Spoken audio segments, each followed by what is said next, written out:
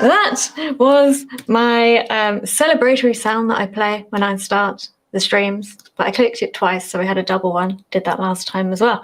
Well, yes, really partying today, and with good reason, because today I am joined by none other than Dan Moore. Dan, you are an author of a wonderful new book and head of DevRel at FusionAuth. Would you like to tell us a bit about your background and what this new book is, and who is it for? Sure. So I've been a developer for about 20 years, and 3 or 4 years ago, I was thinking about writing a book and wanted to write one that would be useful for a long time because I'd previously written books that weren't, that were about a specific technology that basically was good for 6 months or a year. And I started thinking about, look back at my career and think about what I wish I'd known when I was a new developer. And that turned into a blog, which turned into a book. And that's this book right here. And it's basically a series of short essays that are themed, but you can pick up and put down at any time, that really help people in the early stages of their developer careers, or who are possibly thinking about a developer career, accelerate their advancement as a developer. Fantastic. Thank you very much for joining us today to share these ideas, some of them, with us. Now, if I've understood correctly, this book came about, it's related to your blog in that this is your blog, Letters to a New Developer, and it's certain posts from here. Is that right? Or is that slightly different format to that? Yeah. So what I did is when I put the book proposal together, I based it on the blog, but when I wrote the book, I actually gathered together what I consider to be some of the better posts, and then I revised them and I had them reviewed by other people. So, and then I actually ended up, during that review process, I ended up discovering some holes in the blog, and so I wrote some new letters too. So I'd say it's about 10% totally new content, and then the 90% has been overhauled, so made longer and better. But I am a big believer in kind of sharing the knowledge, and so this blog is free and will always be free. So amazing. Yeah, so go and check out this blog. I've just dropped the link in the chat. Loads of fantastic topics that we're going to talk about a bit later. But first, Debjit has reminded me of our little tradition here, which is, if you are new here, please put a bunny rabbit into the chat. And if you've been before, hit me with that tiger. We don't do anything with this information. It's just for fun and a bit of a tradition. So thank you for the reminder. Yes, and you too. How do I put a bunny in then? Yeah, that's a good point. We should have put one next to your name. Thank you. I should have a tiger. I've got a cat. Anyway, let's dive in to some of the amazing topics you have covered either on your blog or in your book, or potentially both. I've picked up some which I thought would be good for people watching who might be new developers or thinking about getting into it. And the first one was, what do good engineers do? Yeah, so I mean, I think that it's good to take a step back and think about, and this is actually something I learned when I was a developer too. Is I think oftentimes people think engineering and software engineering in particular is really about like the tool that you use to solve the problem, right? That's code or good design if you're kind of a front end person, but really what you're doing is solving the problem. So I think asking for help when you run into issues that prevent you from solving the problem, because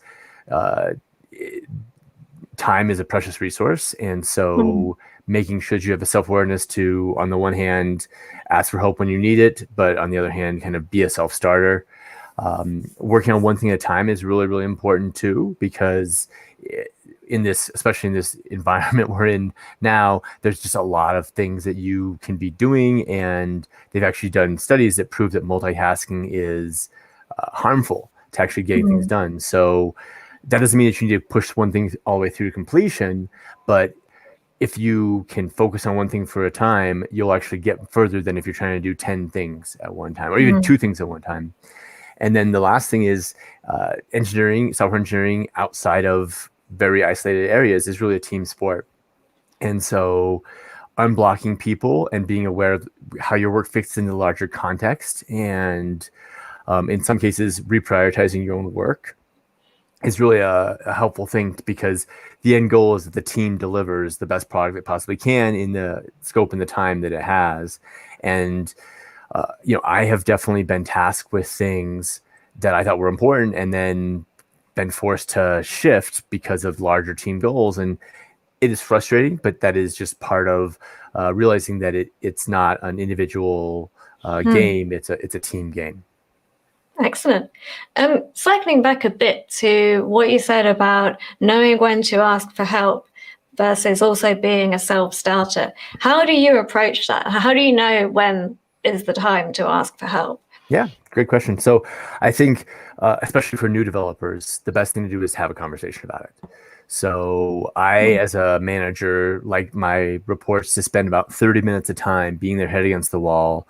And if they aren't making progress, then ask me for help. Other managers may have different sets of time or different kind of goals, right? But have an open conversation about that. And then I think you need to think about if your manager doesn't have an answer, or if you're in a situation where you don't really have that kind of relationship that you can ask that question, then I think setting your own timeline, right? And being like, okay, hey, 15 minutes or an hour. And that really depends on the project too, right? If you're billing a client and you're in consulting engagement, then I think 15 minutes, I would tend towards lower numbers, because what you don't want, no client ever wants to look at a project and say, oh, wait, you spent 8 hours doing this thing. And if you just asked me, I could have told you, or I could have given you some guidance. But on an open source project, it might be a different thing, right? Because it's more of a learning experience, and you really do want to kind of beat your head against the wall for a while to take different approaches and figure it out. Yeah, totally. That's an excellent point. I mean, I had a bit of a rabbit hole earlier today. Couldn't work out why my mic wasn't working. Asked my husband after a certain amount of time. Turns out I was on mute. So, yes. Well, and actually, that's an interesting point. I mean, sometimes asking somebody else they'll bring new knowledge, right? And new perspective. And so that's helpful. Other times, the very act of asking the question can cause you to think, oh, wait, I didn't check if I was on mute. And then you solve it yourself. Absolutely. That has happened to me many times. I am noticing some tigers in the chat. Welcome back. And also some rabbits. So welcome back. Well, welcome, I suppose, to the rabbits. Yes, thank you all for joining us. Ooh, first time here. Funny, says Tariq. Excellent. Yes, on to my next question. This was a post on your site which caught my eye, and it was about career risk budget. I'll find the link now. Can you tell us what that is? Yeah, so in the world of DevOps and operations engineering, there's this concept of error budget. So you're not trying, especially if you're building a big system, you're not trying to have zero errors, because unfortunately the world's a messy place and there's always going to be some exceptions. What you're trying to do is set what is an acceptable budget for errors, right? And that might be 1%, it might be 5%, it might be 0.1% if you're in like healthcare or something like that. But then you track it, and then in the same way, I think that you have a budget for your career risk, and it changes over time depending on where you are in your career, where you are in your life, what your financial situation is, what your emotional situation is. And so I think when you're considering a new move, whether that's into software development or from one company to another, you want to assess that not just in the context of what the opportunity is, but where it fits into your risk profile right now. Yeah, well, what really struck me from that post was you said you work for 30 or 40 years or whatever. So you've probably really, if you move every 3 years, which is the average, you've only got like 14 or something moves in your career, which when you think about it in a limited capacity like that, everyone counts. And there are times where you might be desperate to get away from a job, or you might need a job, and you kind of take whatever's going. But when you think, oh, yeah, there's only a certain amount of times I can do this, it kind of puts a different slant on it. So, yeah. Absolutely. And, I mean, the honest truth is that all this is estimation, right? All this is a guess, and you don't move with perfect accuracy. And certainly, I have taken jobs that I thought were going to be awesome, and then they were a little meh, and vice versa. And so you just do the best you can, and it's better to make a move without full understanding than to try to get to full understanding and never move. Well, yeah, that's true, because there's only so much you can know in advance. Yeah. 100%. Interesting question from Damiano. Do you have any tips to find coding peers to learn together or share some projects before getting a development job? Yeah, I mean, I think that if you're in a educational establishment like Scrimba, that's a great place to go. There are a ton of communities out there that are welcoming. Now, what they're not welcoming, typically I've found, they're not welcoming to someone just dropping in and like asking a homework question, or putting an advertisement in, or even just like being like, hey, help me, with no context. But if you join the community, I mean, and by the way, that's fair enough, right? Like, no one in my local city would be helpful to me if I just walked up to them and started ranting. So online communities are the same. So join an online community, but participate, right? And that means answering questions. That means commenting on people's, building a rapport with people the same way you would in a real world environment. And then I think you can ask, right? So it's a little bit of investment time, but then I think it's a good idea to say, hey, I have this project. And another way to get good responses is, don't say I have this project, please give me feedback on it. Say, I have this specific aspect of this specific project, right? How are the tests for this particular piece of functionality? Or can someone give me some feedback on the UX? Because it's just like anything else. People are busy, and if you ask for specific feedback, it's a lot easier for them to give that than if you ask for kind of general feedback, which puts a lot of work on them. Yeah, it does. I also think it's easier to give honest feedback if you've got an idea of what they actually want to know. Because if they're just asking about, oh, here's my project, what do you reckon? You kind of feel like you have to say, yeah, great. But if you say, oh, how are my buttons or whatever, then yeah, you're likely to get a more helpful answer, I think. Or even like, hey, I was thinking between this, should I do buttons red or green? Right? Yeah. Which is even more specific. Easier. Easier, right? Yeah. Because yeah. you're in a position where you're asking for people's advice. And so just like when you're asking people questions, you want to make sure you give them as much as you can so that they can give you good feedback in the time that they have allotted. And the more prep work you can do ahead of time is the better. Yeah, perfect. There is a question from Pankaj, who has work experience in a product-based organization, now working in a client-based organization, wondering, it's a different environment, wondering if they should change their job. And I noticed on your blog there was a post about knowing when to change your job. So perhaps you could advise Pankaj, in kind of general terms, how to know when it's the right time to move on. Sure. Yeah. And Pankaj, that's a really good point. Like, there's really two different kinds of software organizations, and client organizations, product organizations are not totally different. You're still working on software, but they have different orientations, and it's hard to dig in. It's hard to know without digging in deeper, like what you like better, and where you want your career to go. But to answer the question you just asked, I would say the things to think about are you like looking outside of the job for fulfillment, right? Are you dreading going to work, right? These are pretty common things to think about, but I would even systematize it if you can. I had a coach once who said you should rate your happiness or your excitement to go into work, from 1 to 10 every day for a couple of weeks. And if it's consistently ones, right, assuming ones are bad, then that's an indication. Because we all have bad days at work, right? We all have days where we're like, oh man, I have to do that task. And a few ones is normal. But if every day you're dragging yourself out of bed to go to work, that's an indication that it's just a mismatch.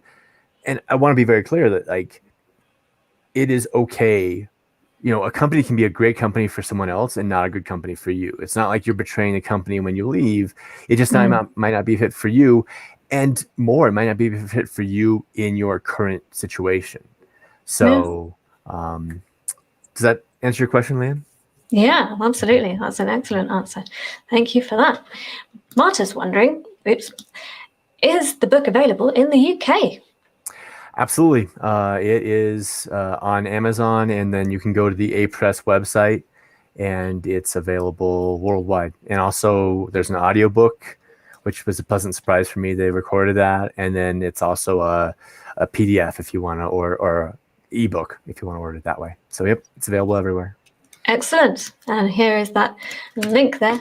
Amazon. I'm not sure.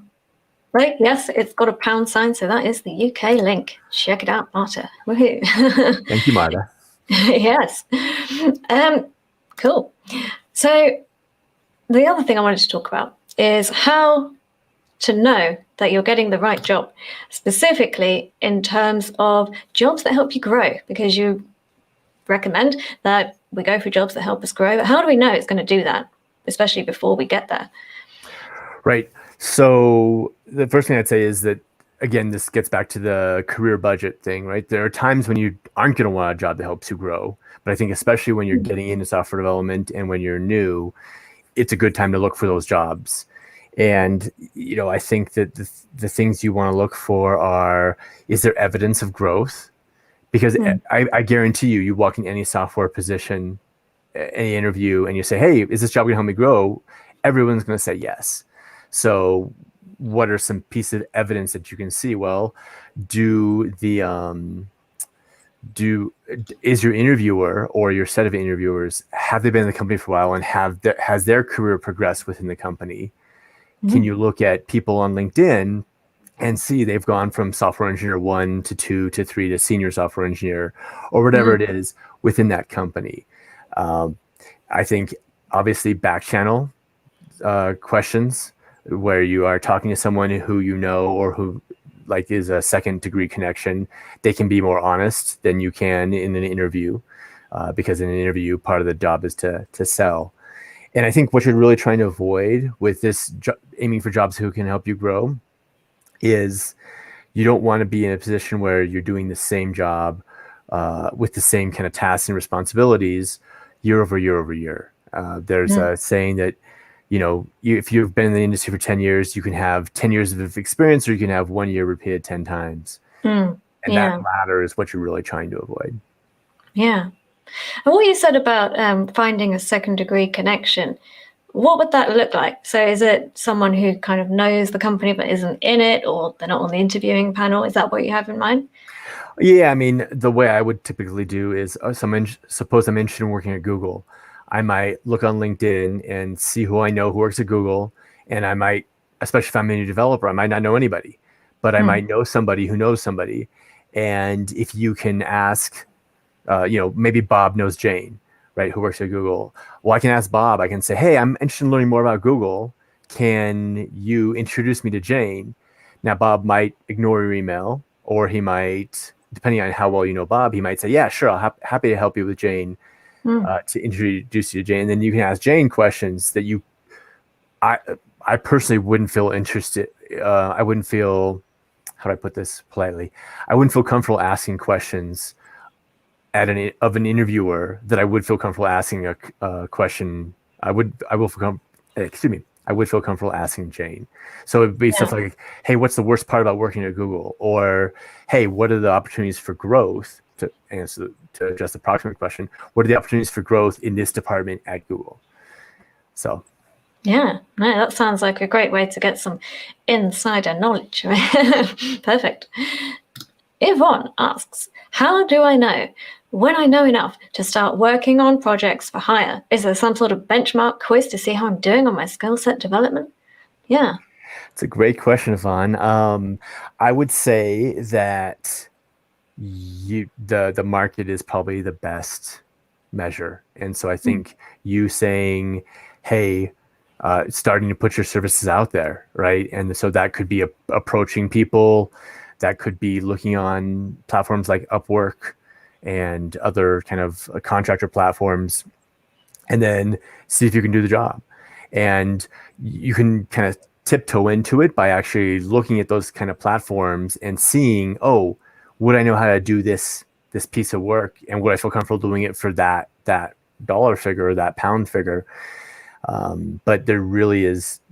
I mean, I'm still learning stuff every day, and I've been doing this for 20 years, and so there really is no benchmark that I know of that will help you know that you're enough, other than, will people pay me to actually do this? And I do want to be clear, like, you'd be astonished. You may feel like you know nothing, right? Mm. Or you may feel like you're like really behind and like, oh, there are people who know so much more than me.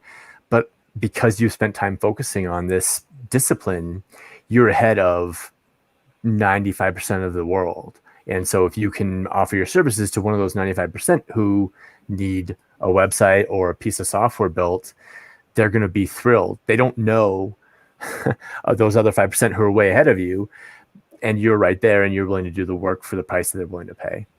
Yeah, great answer. Saeed, what would you recommend to learn between Svelte or React? Yeah. I don't have an opinion on that. I think that there's a couple things you can do to make that decision. You could look and see how many jobs that you think you're capable of are pulling those or are using those technologies. You could pick based on what gets you more excited in the morning, because honestly, you can probably get a job in either one of those. You could look at Google Trends and see which one is kind of on an upward trajectory. But I honestly think that it's that question, which I'm going to take in a more general sense of which technology should I learn. It's really a hard question to answer in the general, because well, that's actually not true. I was going to say, apart from some technologies that are kind of dying, every technology is useful to learn. But even in the technologies that are no longer being as they're not new systems aren't being rolled out in those technologies, like I'm thinking like Perl or COBOL, there's still plenty of jobs in those.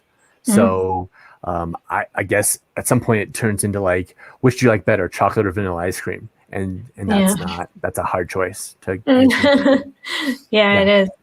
I think my only advice would be, it doesn't really matter, but choose one or the other.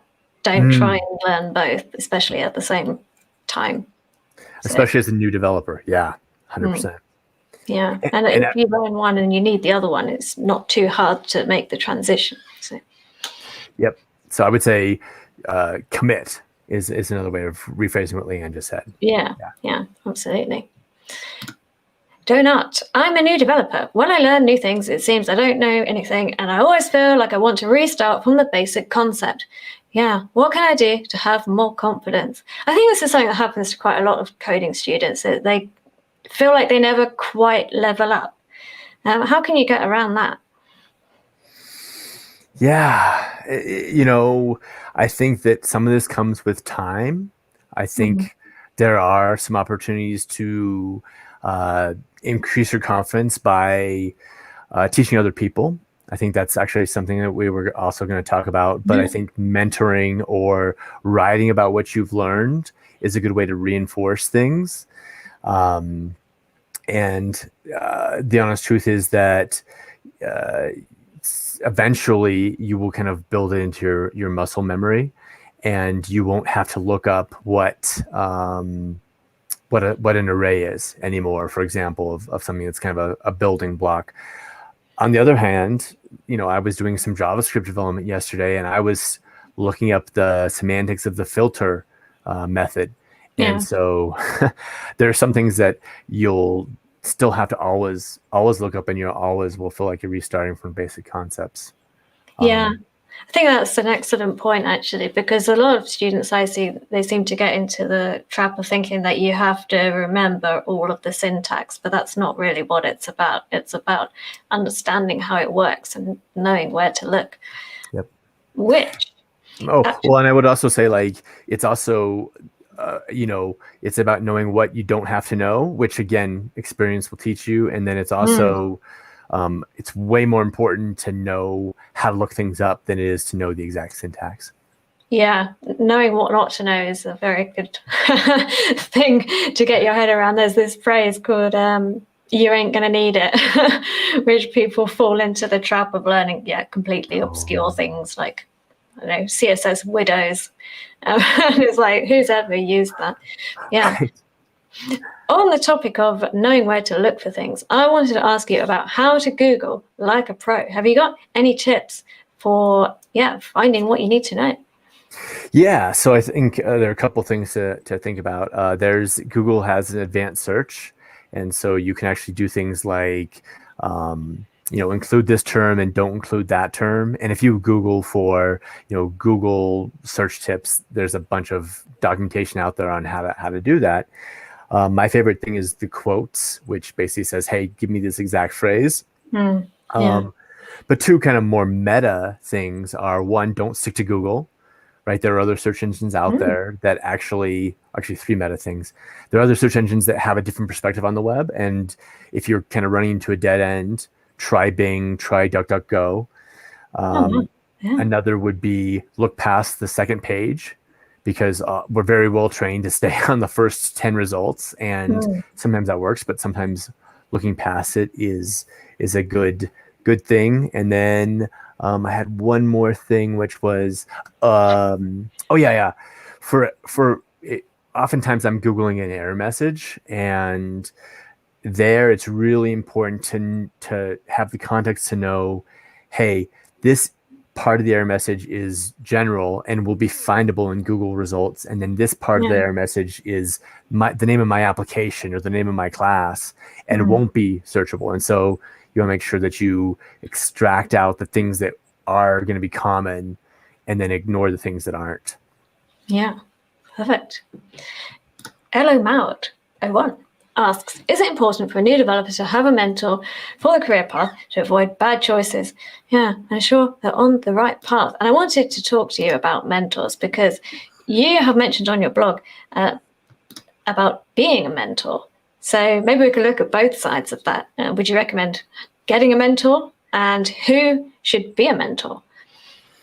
Sure. So I think that getting a mentor is awesome if you can do it, but the beautiful thing about the internet is there are a ton of voices out there right now, both on the internet, on YouTube, books, that you can get some of the benefits of mentoring without actually having a physical person, right? Because I think that synchronous, that deeper relationship is great if you can have it. I have had what I would call, I've definitely paid a coach. I have had, I don't know if I'd call them mentors. It's more like long-term colleagues that I can ask questions of. And when I get into a career situation where I'm unsure of where to go, they can be sounding boards. But I think sometimes people think mentor and they think Mr. Miyagi from the movie Karate Kid, right? Where it's a really intense relationship and it's really deep. If you can find one of those, that's amazing. I have not had that particular experience. Yeah, I think most people probably haven't. But I think if you look at it from a much lighter perspective, as you're saying, Dan, then you're more likely to find what you're looking for. Yeah. And to your point about should you be a mentor?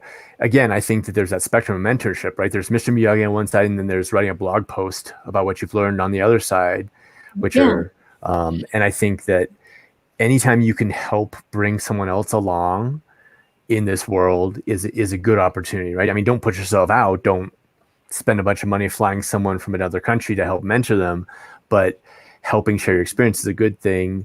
And one of the best ways, this actually gets back to the other commenter's question about confidence. One of the best ways to learn something is to teach it. I taught AWS courses for a while, and I'll tell you that first one I was super nervous in, and then as I got further and further along, I got more and more expert in the particular technologies, not because I was doing things with them so much, but it was because I was having to research and answer questions that people asked in the classes. So absolutely, yeah. Also helps if you're doing blog posts or anything which is stays around, basically. Then you can look back at it yourself. I know I've written blog posts about stuff that always confuses me, and I just reread it. So win-win. Well, and it actually to tie back to Googling, like the first time that you Google a question that you have, and one of your blog posts comes up is just a magic moment, right? You're like, Yeah. oh, thank you, past me, for writing the answer to this question. Yeah, that's very true. Devjit and Yvonne are both wondering, how can you go about finding a mentor, though? Any tips for that? Yeah, I think this gets back to that original thing where we talked about communities, right? So joining a community and then being active in that community can give you some mentorship, even if you don't find a mentor, Yeah. right? You can learn from other people's experiences. And then I think the question is, you have to, when you're involved in community for a while, you can then see who is, a step or two ahead of you, right? Because you don't want, well, maybe you do, but I wouldn't want a mentor that was 100 steps ahead of me, right? Because it's going to be hard for me to provide value to them, and it's going to be hard for them to relate to me. So hang out in a community, find people who are, 2 to 5 steps ahead of you in terms of their career path. Also, you can see kind of where they're going and assume that's where you want to go. And then you can, start out, don't start out and say, hey, I want you to be my mentor, right? Start out and have conversations. Zoom and async, or, chat like Slack makes it really easy to start to build these relationships without having to be in the same town or even the same time zone. And then eventually, you have a number of different interactions. And again, you can tell that you're providing value for them because they're learning how to explain things to you. You are learning from them. There's a chemistry there. Then I would say, go ahead and ask the question. But that last step of like, hey, will you be my mentor? Again, I want to be careful, is something that I've never explicitly done. I've just kind of been like, hey, you're a pretty wise person. I'm just going to ask you questions about this particular situation. Yeah, excellent. I was wondering how we can deal with mistakes, because mistakes are inevitable for all of us. But as a junior, especially, but I think for anyone, it's not easy when you realize you've screwed up. Specifically from a junior developer perspective, how should we deal with it when that happens? Yeah. So I think that's a good point, that like we definitely are all going to make mistakes. I've made mistakes, colossal ones. And I think the important thing is to really do 3 things. One is you want to acknowledge it, you want to work to fix it, and then you want to make sure it doesn't happen again for everybody else. And what those actual steps are depends on what the mistake was. If the mistake is, forgetting to run the linter on your code before you check it in, you don't need to make a big deal about that, right? You can just say, oh, I forgot to do that. Let me do it. You run the linter, and then you put a note in your checklist before you check in code in the future. You're going to run a linter. If, on the other hand, you make a mistake like that corrupts production data, right? Or I once dropped a database table that had production payment data in it. Well, then you're going to want to take some other big steps. You're going to or some bigger steps to acknowledge it and tell other people who might be affected by it, work with them to help solve the problem, and own that. Don't feel like you have to do everything, right? That's the thing about acknowledging it and telling your team, is that then they can actually help you, right? They might say, oh, well, we have a database backup, so let's just restore from that backup, and we'll make sure this doesn't happen again. But those 3 steps, right? Acknowledge it, work to fix it, not necessarily alone, and then take steps, whether that's process, documentation, automation, to make sure that you don't make that mistake again. Yeah, excellent. GNG is asking, are certificates, or do certificates really matter in 2021? Yeah, what's your take on that, Dan? Yeah, I mean, I think that they are kind of like a college degree, in that they show that you are willing to make it a certain level of investment and you have a certain base level of knowledge. I don't think a certificate like a college degree is a guarantee of a job, but I think that especially when you're a new developer, you're looking for any way to stand out. And so a certificate is one way. There are other ways, and I think you need to find what works for you. Other ways could include doing a project that is really in line with what the company does, getting to know people at the company through other means, through those online communities, doing a project with the company's tool. There are other ways to stand out, but certificate, especially if it's in technology, you know the company that you're targeting or companies you're targeting help with, will help you stand out. That said, I don't think you should just go get certificates for the purpose of getting certificates, because again, that's like going and getting college degrees for the purpose of getting college degrees. Yeah. But targeted ones, I think, would help. Yeah, cool. We were talking a bit earlier about how even learning the older technologies which aren't necessarily used to create new products is still useful.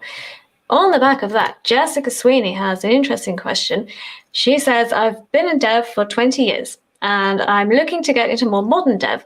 I feel like companies ignore me because of my experience in older web tech. What's the best way to prove myself? Thanks. Sure.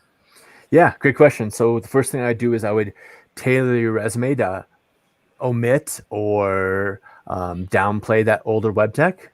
For instance, I did some work many years ago on Cold Fusion, and I don't list that on my resume because if I do, people will think, oh, he knows Cold Fusion, right? And I will tend to find jobs that need Cold Fusion.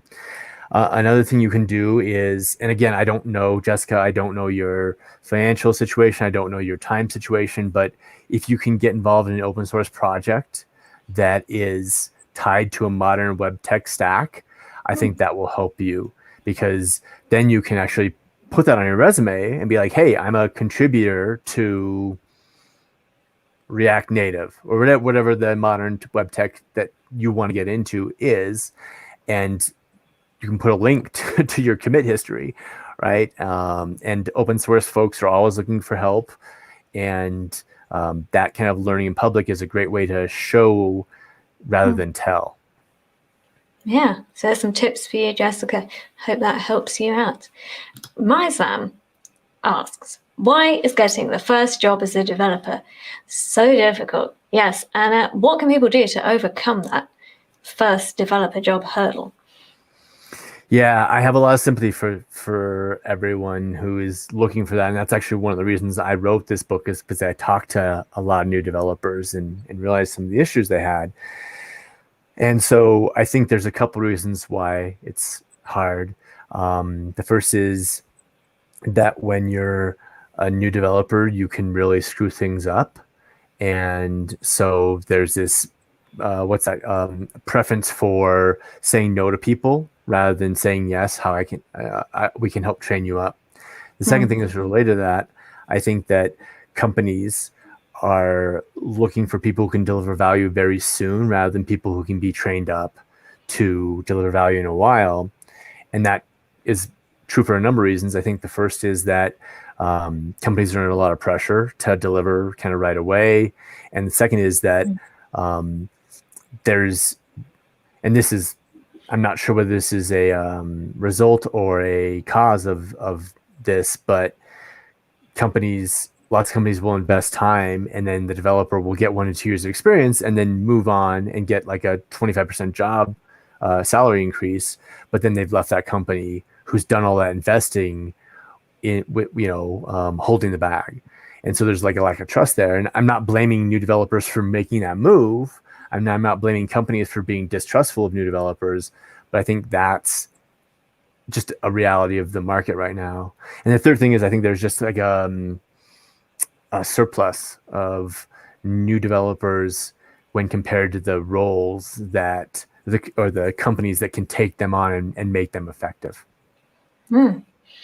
So what can we do to get that job, I guess? Yeah.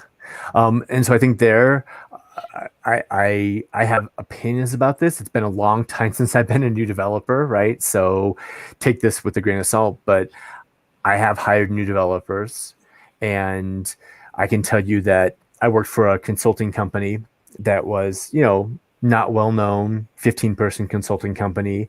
And we put out a job ad for a new developer, entry-level developer, and had something like 100 resumes kind of right away. And so when you get that level of resumes, I'll tell you as a hiring manager, you're looking for reasons to say no, and you're looking for people on the flip side that stand out. And I talked a little bit about this earlier. There are many ways to stand out. The first way is don't just send your resume off to 1,000 people, right? Don't send your resume via the applicant tracking system.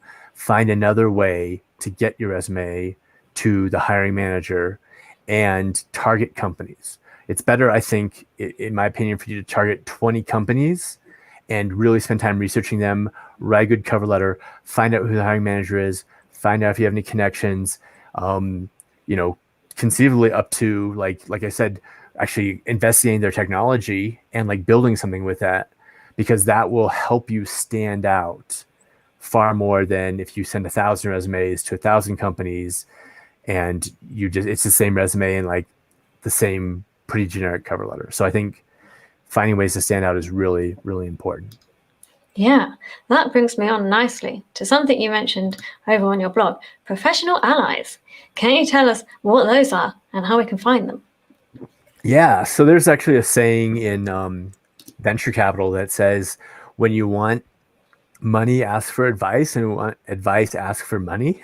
And I think that's very true when you're looking for a job too. When you're looking for a job, the easiest way to get a hold of those hiring managers or people on their team is not just to message them and say, hey, I'm looking for a job. Do you have a job?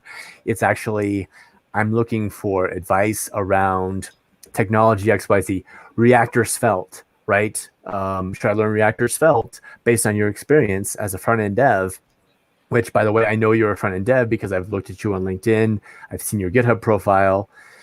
When you ask for advice and you've done some research, people are way more willing to help you out. And this post about professional allies is the story of someone who was a bootcamp grad who found a job, and what she did was basically continue to ask for advice over and over again. And then she actually found something via somebody who I believe, yeah, I see you have the blog post up, so I'm hoping I'm recalling it correctly. It was a connection that she had made by asking for advice, and then that person was actually like, oh yes, you should talk to this other person. And so by the act of engaging and building that community, she ended up getting a position. Yeah, and that is something we've heard of over and over again from Scrimba students who have been hired. They've done it through their network, not all the time, obviously, but that is a very good way to get yourself noticed for a start. If someone recognizes your name from having had a chat on LinkedIn or Twitter or wherever, clearly you're going to stand out in a pile of resumes. So yes, get chatting to people now. But we always also say, basically what Dan just said, you don't want to start networking when you're job hunting. You want to get on it way before that. Now, go and send a message right after this stream. Well, and I want to acknowledge, when you're learning to code, you may be like, oh man, I have to do this too, right? But like it's a key part of finding that job, and I have sympathy for you, right? Because I know how hard it is to learn to code, and to add this on top of it is yet another thing you need to do. But again, make it fun, make it about like engaging a community of people that share your interests, and it will become less work. It's still work, but less work. Yeah, absolutely. Much less onerous. Yeah. Naya Weira asks, what can I do to have consistency? Yeah, I think this is something that a lot of people struggle with, especially in this day and age. What tips do you have on that front, Dan? Yeah, so I think that the first thing you have to do is just commit to showing up.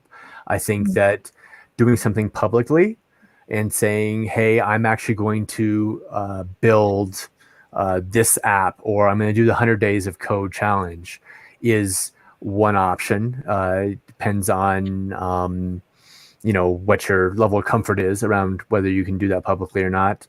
Finding an accountability buddy is a good option too, right? And you just can say, hey, Dan, I'd like to write a blog post every day for 100 days. Do you want to do that too? and then you can kind of check in with each other every day. A third task I've done, and this is less for development, but sometimes I want to exercise or meditate every day for a month, and I'll print out a calendar, a big old, paper calendar, folks. They still exist. And then every day I do the task I want to do, I put a big X. And once you get a streak going, it can be helpful to force you to continue that streak. Yeah, that's a great tip. I was wondering also if you have any tips on how people can improve their focus, because if they show up that they spend half the time on Twitter, then I guess that's not going to help as much as it could. Yeah. A couple of suggestions. I think turning off your notifications is really important. I actually don't install Twitter on my phone or Slack on my phone. That may or may not be possible depending on your work environment. You may be required to have something like that on your phone, but you can definitely turn off your notifications or at least control when they trigger. That's a good thing to do. I think blocking time in your calendar is a good thing to do. And then I think taking breaks periodically is good. So standing up and walking around. And then the last was allowing yourself some time for the things that are distracting. So don't say, I'm never going to be on Twitter. I'm never going to be on Facebook, because we all know you're lying to yourself when you say that. Say, I'm going to do Twitter for 10 minutes right around lunchtime. And before then, I'm going to do my darndest to stick to the task at hand. And then I'm going to reward myself with that 10 minutes of Twitter. So those are my tips. With Twitter especially, it can be really useful in terms of getting a job and making those connections. So I would not recommend leaving it completely. Facebook, I have other opinions, but yes, if you do want to use it, then I think setting a time to do it is a really good piece of advice. So we talked a bit about how you can approach the job hunt. You also have a post about how you can get a job fast. Yes. Is there any other advice you can give us about speeding up that job hunting process? Yeah. And so, one of the great things about running this blog is that I have had people guest post. And so that actually particular one was not my post. It was a recruiter's. And I think his advice is really spot on. And I think that you should take it in the context of the guy's a recruiter. So he's talking about things from his perspective. But his tips were put out content. And I think this is something that ties in with a lot of other things we talked about, right? That's good for helping you learn. It's good for helping other people, but it's also good for raising your profile. So I tend to like the written form, but video content's great. Code is great. There are lots of ways you can do content. Comments are useful. Twitter can be useful in terms of content of conversation. I think talking to recruiters is good. I would definitely, again, this gets back to communities. There are two types of recruiters in my mind. There are recruiters that are just keyword matching and are not really value add recruiters. They basically are just sucking in resumes and looking for people that match a certain set of keywords and then trying to sell them to the companies that have engaged them. I would try to avoid those kind of recruiters, but there are other recruiters that are the ones that tend to show up in community. They tend to sponsor events. They answer questions for people who aren't going to immediately be placed. This person, Taylor, is one of those people who's out there like doing video content that he hopes will help new developers and developers in general. And those are the kind of recruiters that it's useful to foster a relationship with. Doesn't mean you can call them every week and say, hey, do you have a job for me? Most recruiters aren't going to have jobs for new developers, but you can actually like say, hey, what's the market like? Or do you see more React or Svelte jobs? Or, what do you think about, what have you heard about this company? Do you know anybody who's heard about this company? Those are questions that you can ask a recruiter, and they're probably not deep into technology, but they definitely have a broad overview of the tech ecosystem wherever they work. Yeah, great advice there. Sergio has a question. I've been in a company for a year, but there is no code. I want to improve my developer skills, but it's not possible in this company. This company offers me a job. What advice would you give me? Now, I'm not sure if this is a situation where it was called a developer role, but it turned out to actually not be a developer role, or if Sergio rather means that they have some kind of job and it isn't a coding job, should they take the leap into looking for a coding job? But either way, how would you advise, Sergio? Yeah, that's a good question. So I think it's good that you've been in the company for a year. So that's a decent span of time for kind of a new someone new in development. I would see what, if anything, you can do to help this company with code. And there may be no options, but you may be able to do things that are code adjacent, right? Like you could go to I'm assuming this company has some development. Um, I guarantee you they have some Excel spreadsheets, if nothing else. Um, and maybe there's some QA you can do, right? Or maybe there's some talking to customers about product that you can do. The other thing that you can do if you have time after work is, again, go to open source, find an open source project that is adjacent to what you want to do, or conceivably adjacent to this company, right? If it's a time tracking company, maybe there's a time tracking project you can work on so that you bring your domain knowledge and you're a more valuable open source contributor, as long as you aren't violating any employment agreements, right? Don't bring any kind of secret knowledge to an open source project. But those are kind of two paths I can see. Either you try to find some way to work within the company to get coding or coding adjacent skills, or you do it on your own time. Yep, perfect.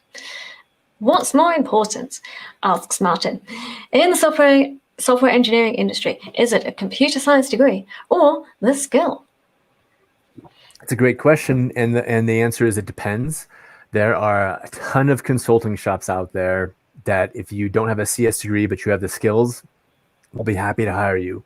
There are also a ton of big companies out there that will throw your resume away if you don't have a CS degree. So the question I asked Martin is, where do you want to go? Do you just want a job, any job? Then I would say the skill is more important. If you want a job at a certain kind of company, then I think the CS degree is going to be more important. Yeah. But there's a path in whichever way you go, Martin. So it's up to you what you want your career to look like. Yeah. Sayas asks, would you advise making lots of personal projects to build a portfolio or just trying to dive into paid work? I'd say, why not both?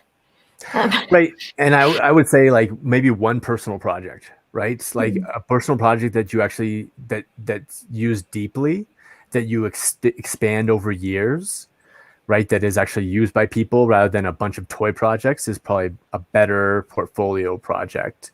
But yeah, I think paid work is, don't work for free, but, well, I should be careful here. You can work for free if it makes sense to you and the opportunity is going to pay dividends in a way that you might not have a chance to, right? Like you might get a chance to work for free with somebody who is a tremendous person in that community. But yeah, the paid, the demand for developers is so high right now that I think doing some paid work will be beneficial to you. And also, by the way, it gives you a great appreciation for everybody else in a company that you join in the future, right? Doing paid work and trying to get paid for it, finding the work, doing the work, and then getting paid for the work makes you really appreciative of all the supporting infrastructure around that other companies provide, if that makes sense. Absolutely. Yes. Excellent tips there. One question here from Nayawira. How do you deal with self-doubt / imposter syndrome? Yeah, this is a big one. And most people I interact with know exactly what imposter syndrome is and have experienced it themselves. So I think the first thing I would do is acknowledge that even people who've been in the industry for decades or years or decades do have imposter syndrome. But I think so that's the first step, is to acknowledge that it happens to everybody. I think the second step is to acknowledge in yourself and say, hey, I have this feeling, but look back at what you've accomplished and say, hey, would an imposter have accomplished those things? And so, you've built a project, you've learned this thing, you've been through this course. Would someone who is really fake about learning software development have done those things? And the answer is no. And then I think the biggest thing, looking back to your accomplishments is a good thing too. I'm trying to think there's a third thing. I think the third thing is putting yourself out there and pushing yourself a little further every time. And that can be scary, but I think the important thing there is to push yourself a little bit, right? So if I'm a new developer and I'm building a website for somebody, maybe my next project is building a website in that same technology, but doing a little bit better. It's not project managing a 100-person team, right? So you want to push yourself in increments as opposed to kind of huge steps, but still continue to push yourself. And I think when you push yourself, that adds into being able to look back and say, oh, wow, I've accomplished all this stuff, which should help to ameliorate the imposter syndrome. Yeah. And don't forget, if you're feeling that imposter syndrome, what it really means is that you're growing. If you're always comfortable, then I don't think you'd be improving your skills or your knowledge. So it's actually a good sign, I think. Yep. That's a great point. One more question, because we're almost at the hour. I can't believe it already. But Yvonne has asked a question.